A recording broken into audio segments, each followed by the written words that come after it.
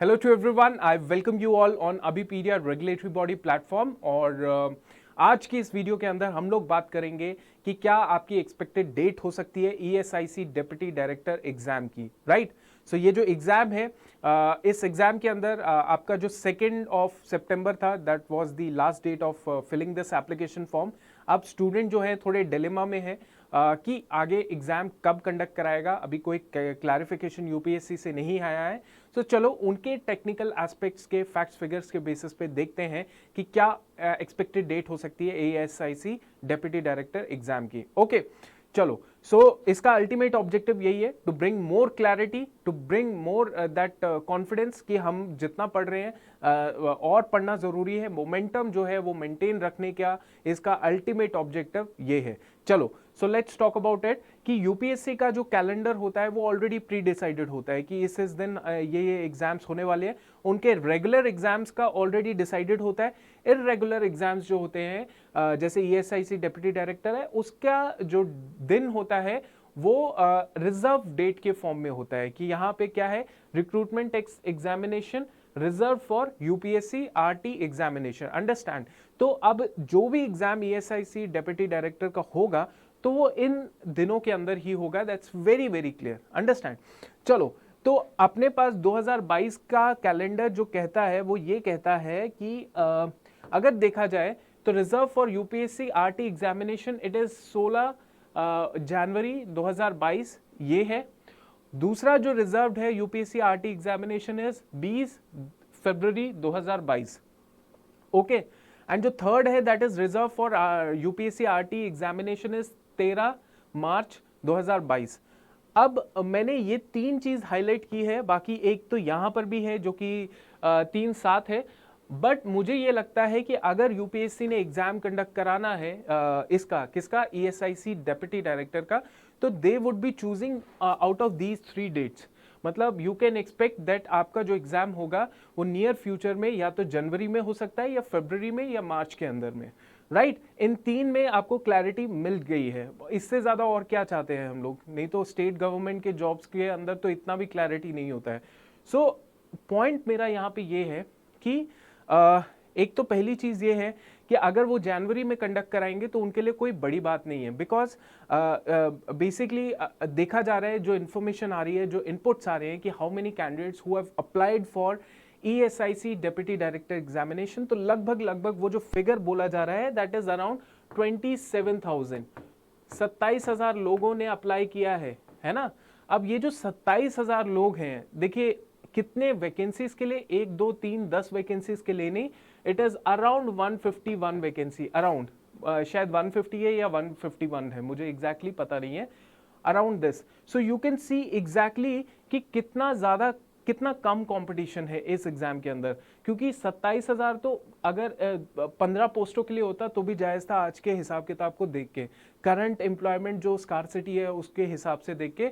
तो ये जो दिख रहा है, ये जो फिगर्स दिख रहे हैं, ये बहुत ही मोटिवेटिंग फिगर्स है आप सभी के लिए जो अपना मोमेंटम पकड़ के रखे हुए हैं, जो बेसिकली 3-3 4-4 घंटे डेली पढ़ लेते हैं, और इससे भी कम पढ़ रहे हैं, 2 घंटा 3 घंटा भी पढ़ रहे हैं, चल जाएगा, लेकिन ये डेली होना बहुत जरूरी है क्योंकि ये फिगर्स बहुत मोटिवेटिंग है। अंडरस्टैंड? और ये तो अप्लाइड स्टूडेंट्स हैं who have applied it.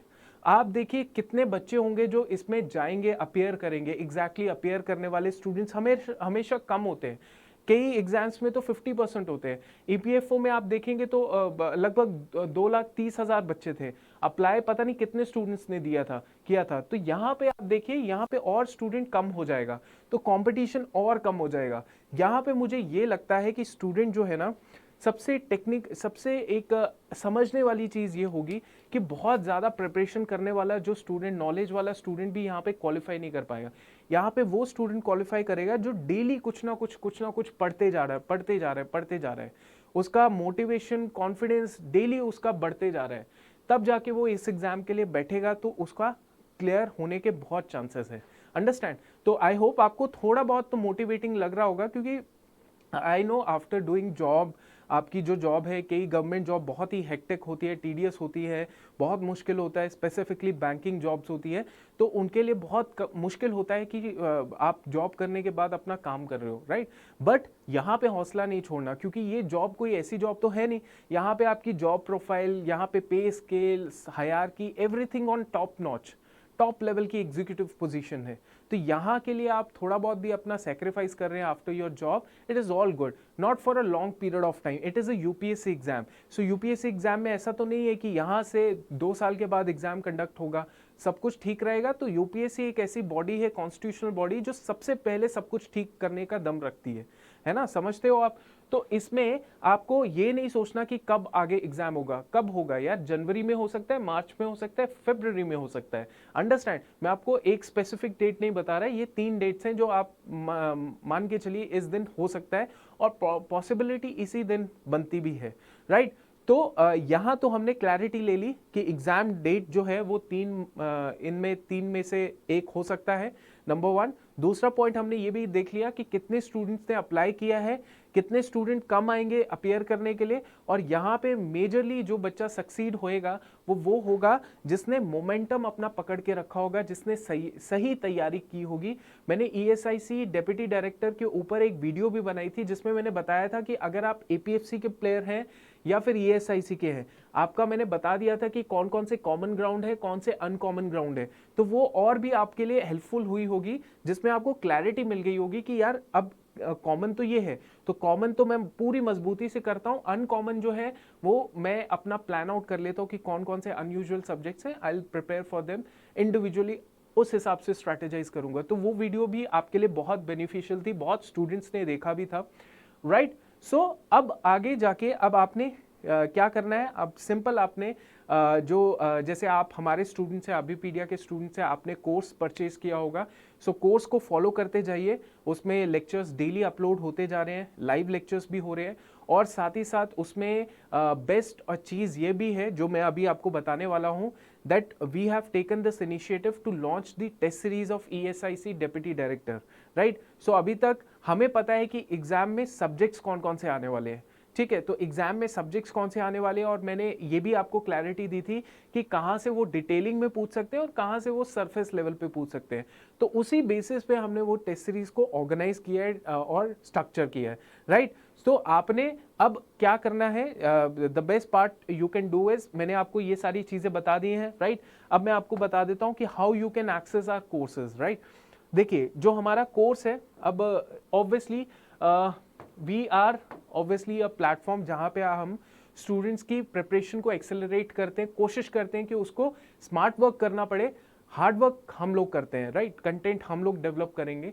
So obviously we expect कि इसीलिए हम लोग इस तरीके से आपको अपने कोर्स को बताने की कोशिश करते हैं। आपको अगर इसमें ठीक लगता है, you can go ahead with this enrollment, otherwise there is no problem in that, we are only here to accelerate your performance, right. Okay, now हमारा जो ESIC का डेप्यूटी डायरेक्टर का कंप्लीट कोर्स है, इस कोर्स के अंदर आपको क्या मिल सकता है, देखिए इसमें आपको वेब नोट्स मिलेंगे जो कि डाउनलोडेबल होंगे, तो मतलब आप इनको डाउनलोड भी कर सकते हैं, राइट, अपने पास रख सकते हैं।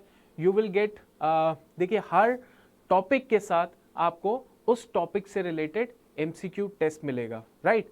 सो that is also a very good thing कि MCQ टेस्ट मिलेगा।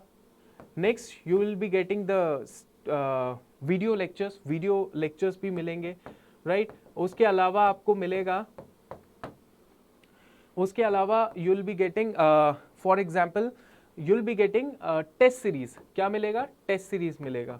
Now this is something that we have taken this initiative to provide the test series of ESIC deputy director. अगर आप कंप्लीट कोर्स के student हैं, so you will be getting this test series free of cost, complimentary मिल जाएगी आपको। और अगर नहीं है, you want to purchase the test series only, so you can go ahead with this process only, ठीक है। सो इस वीडियो के अंदर आई होप मैंने अपना ऑब्जेक्टिव क्लियर कर दिया, and if you like this video do like this and share it, and अच्छे कमेंट कीजिए, and I will be bringing a lot of videos now in upcoming time, right. Thank you.